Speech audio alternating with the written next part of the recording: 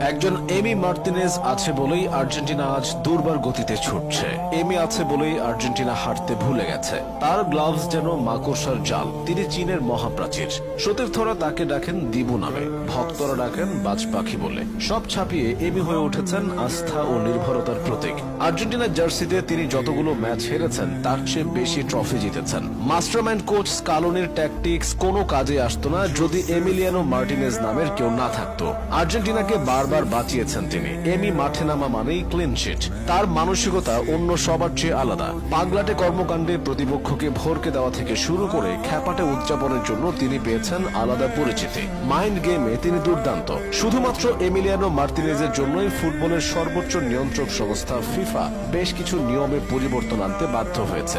এখন থেকে গোলকিপাররা পেনাল্টি নিতে আসা প্লেয়ারের মনোযোগ নষ্ট করার মতো কোনো কাজ করতে পারবেন না। পেনাল্টি নেবার সময় বাড়িয়ে দেরি করিয়ে দেওয়া যাবে না। গোলকিপাররা গোল পোস্ট এবং নেট ছুঁতে পারবেন না। একজন এমি মার্তিনেজ আছেন বলেই এত সব কাণ্ড ঘটছে।